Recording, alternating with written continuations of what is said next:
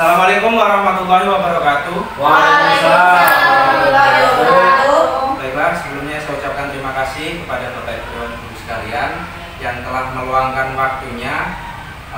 Di sini saya akan menyampaikan. Jadi saya akan memaparkan mengenai rencana tindak lanjut atau RTL. Baiklah Bapak Ibu sekalian, mohon perhatiannya sebentar. Di dalam rencana tindak lanjut atau RTL di komunitas belajar Guru Muda Berkarya UPT SD Negeri 1 Panggung-Rejo Utara, permainan tradisional untuk kebugaran dan keceriaan peserta didik disusun oleh saya sendiri, yaitu Imam Prasojo. Jadi Bapak Ibu, di sini ada latar belakang. Permainan tradisional memiliki nilai budaya yang kaya sekaligus memberikan manfaat fisik untuk kebugaran. Peserta didik di UPT SD Negeri 1 Panggung-Rejo Utara menunjukkan minat tinggi terhadap permainan tradisional, tetapi seringkali kurang mendapatkan kesempatan untuk melakukannya. Kegiatan ini bertujuan untuk menghidupkan kembali permainan tradisional sebagai bagian dari pembelajaran PJOK, memberdayakan peserta didik melalui aktivitas fisik yang menyenangkan dan edukatif, menghubungkan orang tua dan komunitas untuk mendukung pelestarian budaya lokal melalui olahraga. Jadi di dalam latar belakang ini saya pribadi kembali mengulas atau menanamkan di situ permainan tradisional. Jadi permainan tradisional zaman dahulu yang pada zaman ini sudah mulai terlupakan. Di sini saya ulas kembali agar apa? Agar peserta didik berminat. Nah, disitulah saya menerapkan dan memperkenalkan kembali kepada anak guna peserta didik itu mengetahui permainan-permainan tradisional apa yang dari zaman dahulu itu sudah ada. Jadi kiranya seperti itu. Kemudian untuk tujuan program, yang pertama memfasilitasi peserta didik untuk mengenal dan mempraktikkan permainan tradisional. Yang kedua, meningkatkan kebugaran fisik peserta didik melalui aktivitas yang menyenangkan. Dan yang ketiga, melibatkan komunitas belajar. Di dalamnya yang terlibat di antara lain guru, orang tua, dan peserta didik tersebut dalam melestarikan budaya lokal melalui olahraga. Jadi di dalam tujuan program ini saya memfasilitasi peserta didik untuk mengenal permainan tradisional yang saya pilih tersebut. Kemudian yang kedua, saya meningkatkan kebugaran fisik dari peserta didik tersebut agar apa? Agar tubuh peserta didik menjadi lebih sehat, menjadi lebih bugar. Dan yang terakhir, melibatkan komunitas belajar. Di sini ada 3 yang terlibat, di antaranya tentunya guru, saya sendiri sebagai seorang fasilitator. Kemudian yang kedua, orang tua. Di sini peran orang tua juga penting karena sebagai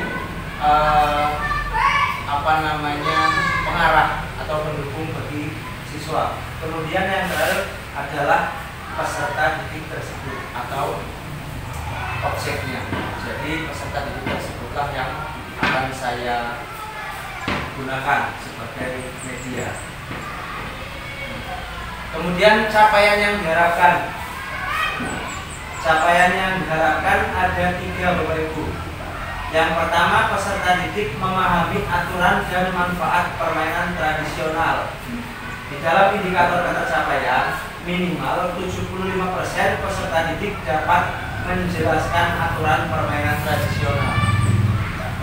Jadi selain anak tersebut memahami aturan, kemudian dapat melaksanakan permainan tersebut, di dalam indikatornya minimal anak tersebut bisa 75% memahami dan dapat melaksanakan. Kemudian yang kedua, peserta didik aktif dalam kegiatan permainan sempurna. Di dalam indikator ketercapaian minimal 80% peserta didik berpartisipasi secara aktif dalam kegiatan. Nah, disinilah peran penting peserta didik, karena peserta didik tersebut berperan utama, Bapak Ibu. Jadi disinilah peserta didik melakukan, kemudian mereka yang menjalankan. Saya sebagai guru hanya menjadi fasilitator, hanya mengarahkan, dan di sini 80% peserta didik tersebutlah yang menjalankan. Kemudian yang terakhir, orang tua dan guru berkolaborasi dalam pelaksanaan kegiatan. Di dalam indikator ketercapaiannya minimal 70% orang tua atau guru hadir dan mendukung pelaksanaan. Jadi peran orang tua dan guru di sini selain pendamping, orang tua dan guru menjadi pengarah. Kemudian yang selanjutnya ada langkah-langkah pelaksanaan. Yang pertama, persiapan. Di dalam persiapan kita harus mengidentifikasi permainan tradisional yang sesuai. Di sini ada beberapa permainan tradisional yang saya pilih. Yang pertama gobak sodor, kemudian engklek, dan bentengan. Kemudian menyusun jadwal dan membagi peran untuk peserta didik, guru, dan orang tua. Jadi sebelum pelaksanaan harus disepakati dulu kapan waktu yang akan diambil, kemudian di mana tempatnya, kemudian pada saat apa, saat yang jelas di luar jam pelajaran. Kemudian yang kedua ada pelaksanaan, Bapak Ibu. Di dalam pelaksanaan mengadakan sesi pengenalan permainan tradisional, itu yang paling utama. Jadi kita harus mengenalkan dulu agar siswa tahu permainan apa yang akan diperkenalkan. Kemudian yang kedua, melakukan kegiatan rutin selama 4 minggu.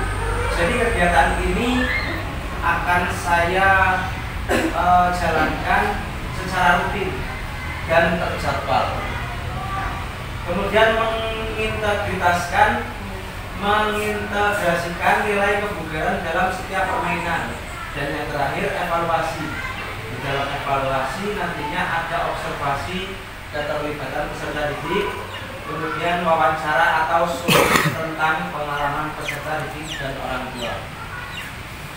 Nah, ini tadi waktu dan tempat, Bapak Ibu. Untuk waktu dan tempat, durasi yang saya gunakan 4 minggu dan 2 sesi per minggu, jadi 2 kali pertemuan dalam 1 minggu. Kemudian untuk waktu saya ambil sore hari setelah jam sekolah. Agar apa? Agar tidak mengganggu jam pelajaran. Untuk waktunya sekitar pukul 15.30 sampai 17.00. Untuk tempat itu saya pilih di lapangan atau halaman sekolah UPT SD Negeri 1 Panggung Utara. Kemudian sumber daya yang dibutuhkan diantaranya fasilitas. Yang jelas fasilitas membutuhkan lapangan atau halaman sekolah. Untuk peralatan di sini menggunakan kapur atau bisa juga tali sebagai garis. Kemudian bola kecil, alat bantu lainnya mungkin seperti peluit dan lain-lain. Untuk mitra di sini ada guru PJOK yaitu saya sendiri, kemudian guru kelas yang ikut berpartisipasi membantu saya, dan orang tua sebagai pendamping peserta didik tersebut. Kemudian rencana evaluasi. Yang pertama, aspek yang dievaluasi, tingkat partisipasi dan antusiasme peserta didik. Kemudian kolaborasi komunitas belajar dan dampak kegiatan pada kebugaran kesenangan peserta didik. Yang kedua adalah metode evaluasi, observasi langsung selama kegiatan. Jadi saya sebagai guru langsung mengobservasi atau memantau kegiatan anak tersebut pada saat proses pembelajaran tersebut. Kemudian kuesioner untuk peserta didik dan orang tua. Dan yang terakhir diskusi reflektif dengan komunitas belajar. Kemudian ada tantangan dan solusi, Bapak Ibu. tentunya di dalam setiap proses pembelajaran atau kegiatan yang kita laksanakan, kita pasti akan menemukan tantangan dan solusi apa yang akan kita ambil. Jadi dalam tantangan, peserta didik merasa bosan atau kurang antusias. Solusinya apa? Kita memberikan variasi permainan setiap sesi dan tambahan unsur kompetisi positif. Jadi kita membuat semacam motivasi untuk anak agar apa? Agar anak itu menjadi merasa lebih tertantang. Kemudian orang tua kurang terlibat dalam kegiatan. Solusinya apa? Melibatkan orang tua sejak pembinaan dengan sosialisasi langsung dan melalui grup komunikasi. Dan yang terakhir, keterbatasan waktu. Memberikan fleksibilitas jadwal dan membuat kelompok kecil untuk efisiensi waktu. Dan untuk penutup, program permainan tradisional untuk kebugaran dan keceriaan peserta didik diharapkan dapat meningkatkan kebugaran fisik sekaligus melestarikan budaya lokal. Jadi selain olahraga itu untuk meningkatkan kesehatan bagi anak, di sini juga kita melestarikan budaya. Jadi olahraga tradisional yang sudah sempat mungkin dilupakan, di sini kita kembangkan kembali. Program ini menjadi langkah awal untuk mengembangkan kegiatan PJOK yang lebih interaktif dan melibatkan komunitas sekolah secara aktif. Dan yang terakhir, terima kasih. Jadi itulah Bapak Ibu mengenai rencana tindak lanjut atau RTL yang bisa saya paparkan atau saya ungkapkan, saya presentasikan ke Bapak Ibu sekalian. Sekiranya ada Bapak Ibu yang mau bertanya atau berpendapat, saya persilakan. Ya, silakan Bu Dewi. Ya, Pak. Ya. Di sini saya akan menanyakan kepada Pak Imam, apa yang akan Bapak lakukan untuk menumbuhkan minat anak dalam permainan tradisional ini? Karena di luar sana atau zaman sekarang itu anak itu lebih minat atau lebih menarik dengan handphone daripada dengan permainan tradisional seperti ini. Terima kasih. Terima kasih Bu Dewi atas pertanyaannya. Jadi langkah saya untuk menumbuhkan minat siswa agar tertarik. Nah, jadi di situ peran saya sebagai seorang guru atau fasilitator. Yang pertama, saya akan memberikan motivasi terlebih dahulu untuk anak. Jadi disitulah peran saya menumbuhkan minat dan bakat peserta didik. Jadi kita jelaskan mengenai permainan tradisional apa yang akan saya sampaikan kepada peserta didik. Kemudian di situ saya memberikan pilihan dulu, Bu. Jadi saya melakukan semacam voting. Olahraga apa yang sekiranya anak itu berminat. Jadi nanti di situ kita mencari suara terbanyak. Jika anak tersebut sudah merasa tertarik, nanti di situ saya akan mengembangkan permainan tersebut. Jadi di dalam permainannya juga nanti ada beberapa modifikasi agar apa? Agar anak tidak merasa bosan dan jenuh. Mungkin seperti itu. Mungkin ada lagi Bapak Ibu atau Pak Ida? Jadi menanggapi Pak Imam. Ya. Ini pemaparan dari Pak Imam ini sebenarnya sangat menarik ya. Kita selalu jelas dan guru ini ya tetap kalau sambil terus ya terus untuk perihal permainan apa namanya tradisional ya Pak ya, itu kita memang kita mau kalau pada Pak Imam sesuai dengan pelajaran kita di kelas juga ada permainan tradisionalnya juga, itu pas banget seperti apa itu tadi contohnya apa Pak permainan tadi? Bobak sodor ya, bobak sodor dan sebagainya. Itu masukkan aja Pak, gimana kan ini bentar lagi mau rapotan. Nah itu bobak sodor nanti gimana? Atau permainan selain bobak sodor lah, itu nanti dijadikan teknik apa namanya? Kelas meeting. Teknik apa? Kelas meeting. Jadi ketika kita ini masih ngerjain rapot, anak-anak ada kegiatan yang seperti itu. Sepertinya menarik. Baik, terima kasih atas tanggapannya Pak Indra. Disitulah Pak. Jadi rencana saya itu yang pertama adalah menumbuhkan minat bagi peserta didik. Ketika nantinya peserta didik itu sudah munculnya minat, ketika anak sudah tertarik, nanti secara rutin akan saya teruskan.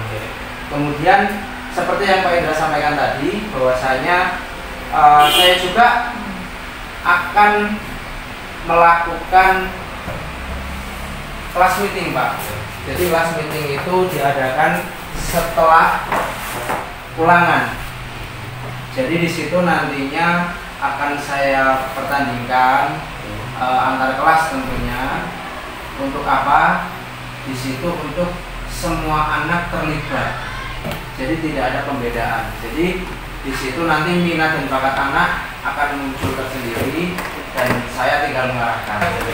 Terima kasih Bapak Ibu. Mungkin hanya itu yang bisa saya sampaikan.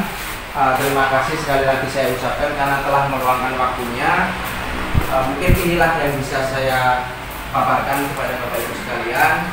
Semoga apa yang saya sampaikan bisa bermanfaat untuk lingkungan sekolah kita ini. Saya ucapkan kembali lagi terima kasih. Mohon maaf jika saya ada salah kata. Saya akhiri. Wassalamualaikum warahmatullahi wabarakatuh. Waalaikumsalam warahmatullahi wabarakatuh.